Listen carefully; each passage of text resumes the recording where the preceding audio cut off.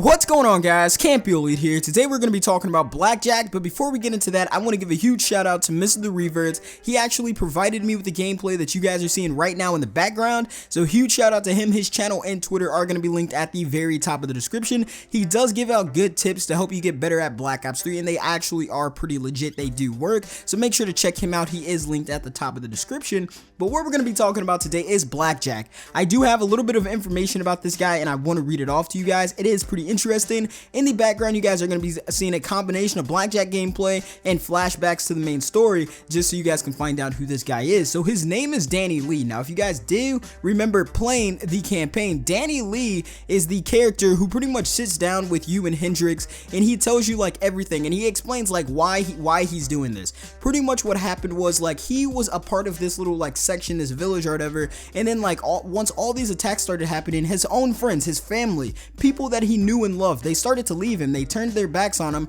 and all he had left was the 54i. They're the only people that came there to pretty much save everyone else that was in poverty and pretty much rescue everyone else. So that's all they know, that's all they have left. So it is very sad. Like, the campaign was honestly, I would want to say, like one of the saddest and truest stories that I've ever played in Call of Duty, and I know that might sound a little bit weird, but I do think that this game did have a good story. But here's his bio. Once a well-connected 54i fixer, Danny Lee narrowly survived a disastrous meeting that he brokered between Winslow Accord agents and the organization's leaders through the use of a recently acquired rejacked unit. So in this mission, you guys, we can actually see him die. He does get shot and he's dead, and I do record him actually on the floor dead, but apparently he acquired a rejack unit through the black market, and he used that to come back to life. But that is pretty crazy. He did actually use the rejack unit, and I do think that is amazing. Like, we got confirmation that this guy was like, they're in a simulation, we do know that, but since like Tavo Rojas or whatever his name is, I do think that's it,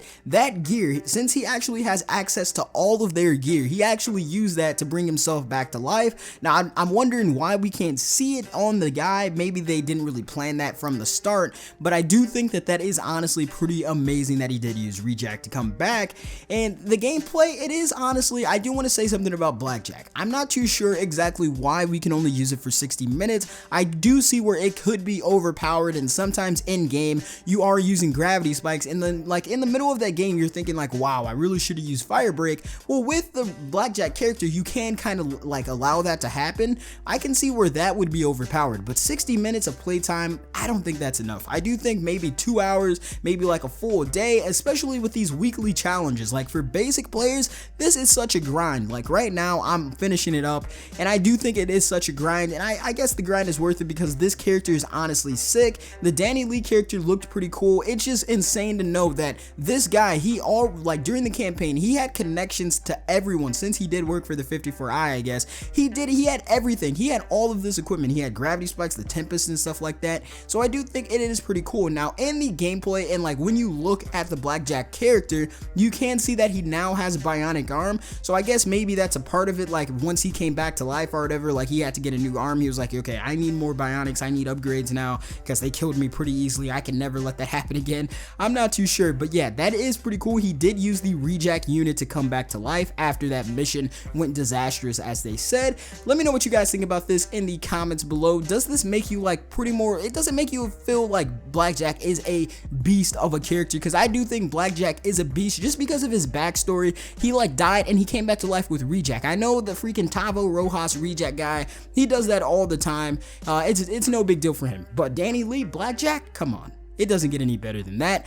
Thanks for watching, guys. Let me know what you guys think about this specialist. Do you guys like Rogue or Gambler more? Are you guys a fan of the newest weapons? Let me know in the comments below. Make sure to like, comment, and subscribe to join the campfire. Can't Be Elite, and I'm going camping.